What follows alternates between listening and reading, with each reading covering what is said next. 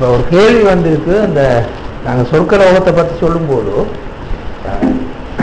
ஆண்களுக்கு ஷாருப்பா தானே சொல்லி இல்லையா, ஆண்களுக்கு மாறி பாடு அவங்க பெண்கள் கொண்டு இல்லையாண்ட மாதிரி ஒரு கேள்வி வந்திருக்கு. குர்ஆனை படிக்கும்போது ஒரு முக்கியமான ஒரு தியரியை விளைவிக்கிறோம். என்னன்னா, அரபு மொழியில இந்த பொது சொல்லாக பாவிக்கிறது ஆண்பால் சொல். அரபு மொழியில இப்ப ஆணும் பெண்ணும் கலந்துக்கிறது வைங்களேன், இப்போ பொது சொல்லா பாவிக்கிறது பெண்பால் சொல், ஆண்பால் சொல். ஆணை மறு குறிக்கும் பெண்ணை மறு குறிக்கும். சரியா? உதாரணம் வச்சுக்கொள்ளுங்களேன், குர்ஆன்ல வருது யா அய்யுஹல்லதீன ஆமனு.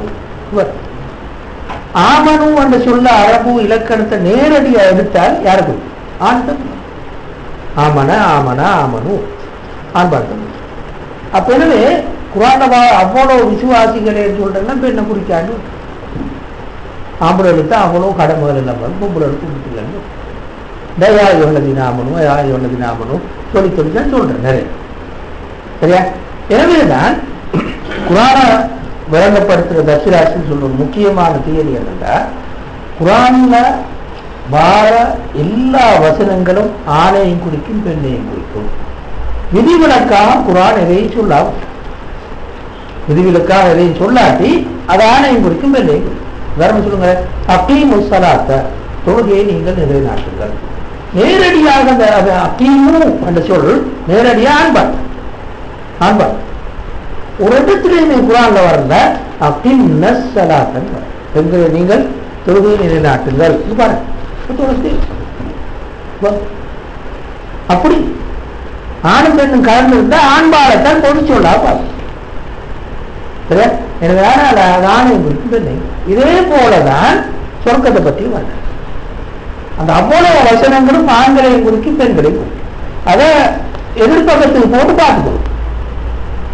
அவ்வளவு அழகான பெண்கள் என்றால் எப்படி எடுத்துக்கோம்? பெண்கள் வாசிக்கும் போது அழகான ஆண்கள் அப்படித்தான் அவ்வளவு வரும். எல்லா இடங்களுமே அப்படித்தான்.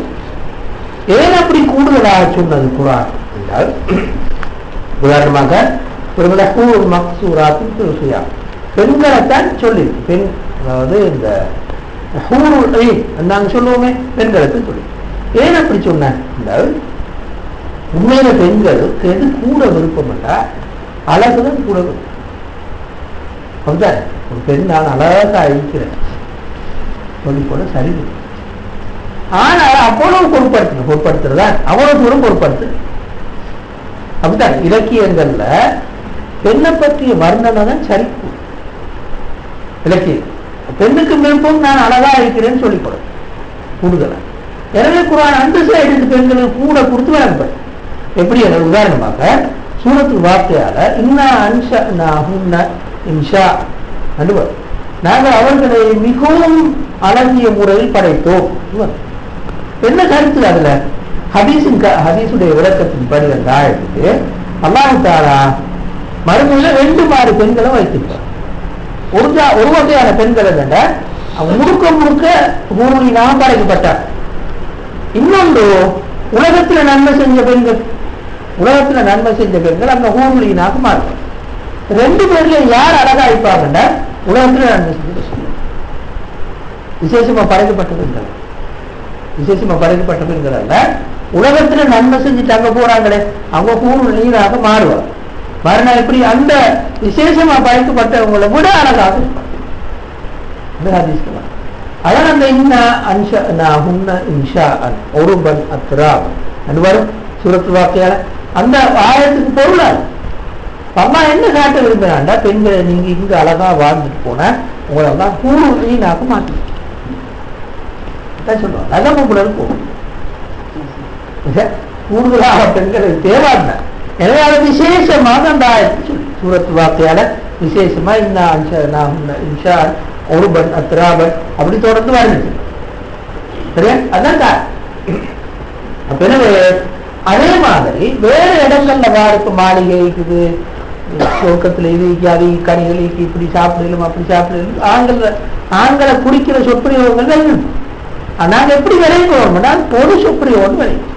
அது ஒரு பொது சொற்பிரயோகம். ஆணையம் குறிக்கும் பெண்ணையும் இங்க வந்த வசனங்களையும் அதே மாதிரி விளைவிக்கும். ஆணையம் குறிக்கும் பெண்ணையும் ஆணுக்கு சொன்ன அதே வசனத்தை திருப்பி சொல்லும், பெண்ணுக்கு சொன்ன அதே வசனத்தை திருப்பி நாங்கள் சொல்லுவோம். சரியா? அப்படின்னு சொன்னாங்க. அதான் இந்த வசனங்களுடைய பொருள்.